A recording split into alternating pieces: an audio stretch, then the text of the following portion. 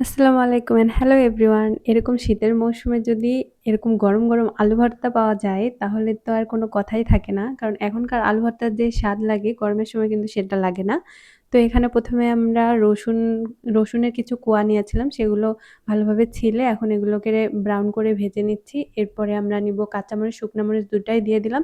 আর একটু বেশি করে ঝাল দেওয়ার চেষ্টা করবেন। আলু ভর্তায় কিন্তু যত ঝাল দিবেন ততই ভালো লাগে।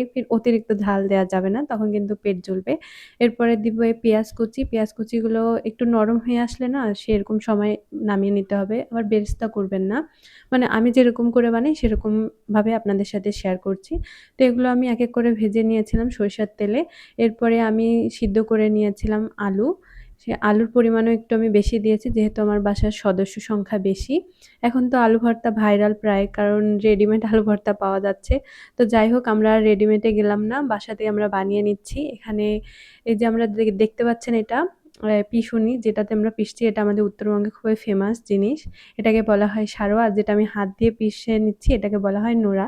তো আমি এখন নোড়া দিয়ে শুকনা মরিচ আর রসুনগুলো খুব ভালোভাবে মানে পিষে নিচ্ছি। এরপরে লবণও দিয়ে দিয়েছিলাম। এখন দিয়ে দিব সেই আলুগুলো। এগুলোকে খুব ভালোভাবে মথে নিতে হবে যেন দানা, দানা না থাকে। দানা, দানা থাকলে কিন্তু খেতে ভালো লাগে না আর আমার হাসব্যান্ডও পছন্দ করেন না। এগুলোকে কিন্তু খুব ভালোভাবে মথে নিতে হবে। আর দেখবেন আলুটা কিন্তু এখন একটু চিটকা, চিটকা মানে একটু আঠা, আঠা হয়ে আসবে।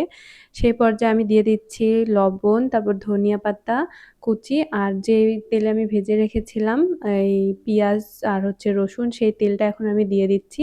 আর পেঁয়াজটাও দিয়ে দিয়েছি। আপনারা কিন্তু পেঁয়াজটা পরেও দিতে পারেন। এখন আমি এগুলোকে আবার একটু ভালোভাবে মিশিয়ে নিচ্ছি। এরপরে আপনারা আপনাদের মন মতো অনুযায়ী পরিবেশন করতে পারেন। আমাদের বাসায় বোয়া রান্না করা হয়েছিল তো আমরা বোয়া দিয়ে আলু ভর্তা খেয়েছিলাম।